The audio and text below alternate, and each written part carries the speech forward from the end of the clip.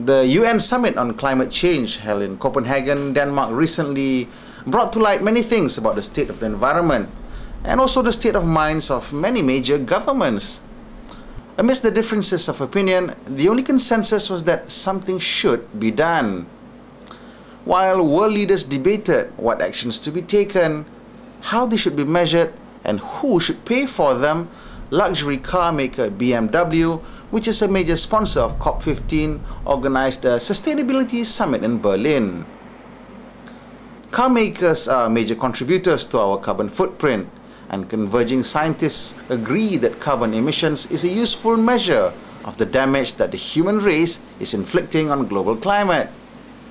Like many European car makers, BMW has made a lot of efforts to produce ever more fuel-efficient cars and have come up with a host of current and near-future solutions for a low-emission, low-guilt mobility. Prior to the summit, Dr. Norbert Reithofer, chairman of the board of management of BMW AG, laid out the company's expectations. He said that BMW supports a common climate reduction target and admits that industrialized countries must share the burden equally, not least in order to prevent competitive distortions and displacement effects. Reithofer expects Copenhagen to help pave the way for sustainable mobility. He says that the next step, after setting ambitious targets, will be to translate them into concrete measures. For example, Reithofer says, governments must offer incentives towards the purchase of electric cars in order to ensure that there is sufficient initial demand. Well, it's not just talk. BMW is making firm commitments towards a quantifiable climate target. The company intends to reduce CO2 emissions of its products by at least 25% by 2020. To achieve this goal, technologies like zero-emission electric drive will play a vital role. Between 1995 and 2008, BMW Group has already reduced EU fleet average emissions by more than 25%. The company has also launched a wide-ranging sustainability strategy. Frank Peter Arndt, a member of the board of management of BMW AG, responsible for production, says that the BMW Group is the world's most sustainable car company. It's not just his words.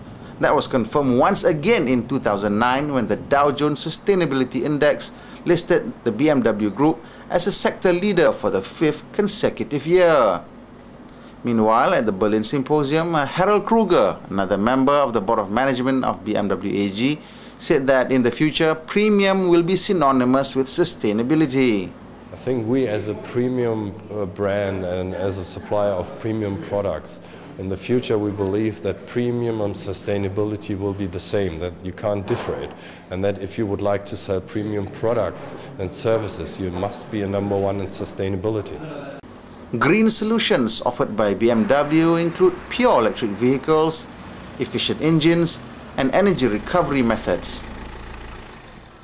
I think the BMW Group can offer a lot. The one is for sure a very advanced engine technology, drivetrain technology, new energy concepts, new vehicles, as well that we can also offer what we do in corporate social responsibility for education, for healthness, for safety across the world. Now, one important conclusion that we came up with on the basis of observations and analysis of trends and developments that have taken place. At the symposium, Dr. Rajendra Pachauri, chairman of the Intergovernmental Panel on Climate Change, laid out what he thinks needs to be done about the effects of human activity on the planet's climate.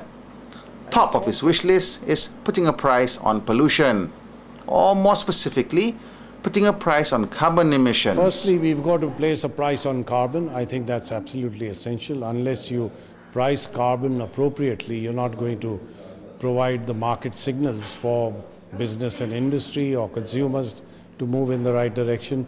Secondly, you also need to frame policies by which new technologies can be developed.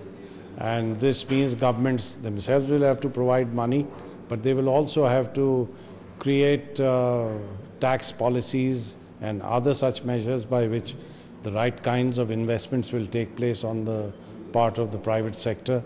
And thirdly, I think we have to bring about changes in lifestyles. And this is where the public has to be educated.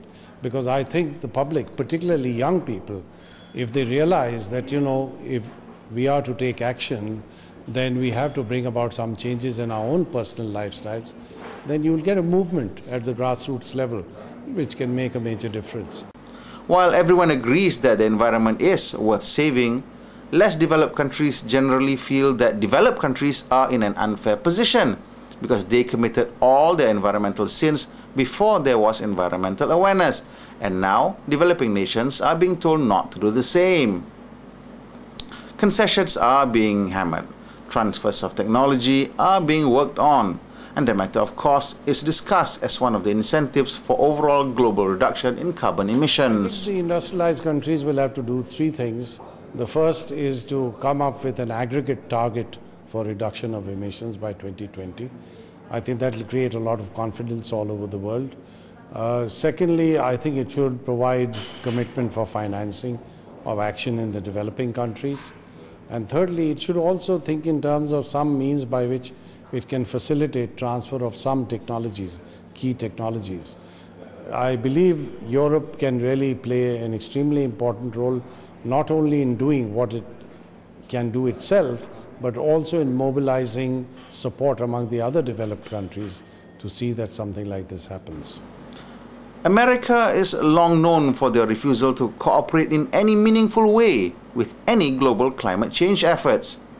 This image was reinforced by President George W. Bush, who simply refused to recognize the steps laid out in the important Kyoto protocols. Rajendra spots a change in the attitude with Barack Obama in the White House. I think in the last couple of weeks there have been some interesting developments. The fact that President Obama will be going there and will be making an announcement about what the US is committing to do. And what's very heartening about this is the fact that so far the US has no legislation, but the President is going to make a commitment from what the press reports indicate, which clearly shows his commitment to solving this problem. And also the Chinese, the statement that they have made. And Europe has been in the lead and continues to be in the lead. But what's also very heartening and extremely encouraging is the decision by the new Japanese government to reduce emissions by 25% over 1990 levels by 2020. So I think overall you see all this action, which I think creates a very positive environment for getting the right kind of agreement. BMW is not the only company that is making serious moves towards a more sustainable future. The automotive industry as a whole is unanimous in predicting a fully hydrogen future, but they differ in the paths getting there. Some companies believe that gasoline-electric hybrid powertrain is the first step. Others prefer diesel or developing more efficient internal combustion engines and using energy recovery technology.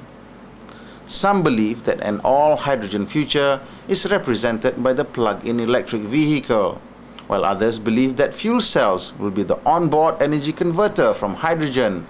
And then there are car companies that believe the future will be dominated by hydrogen-fueled internal combustion engines.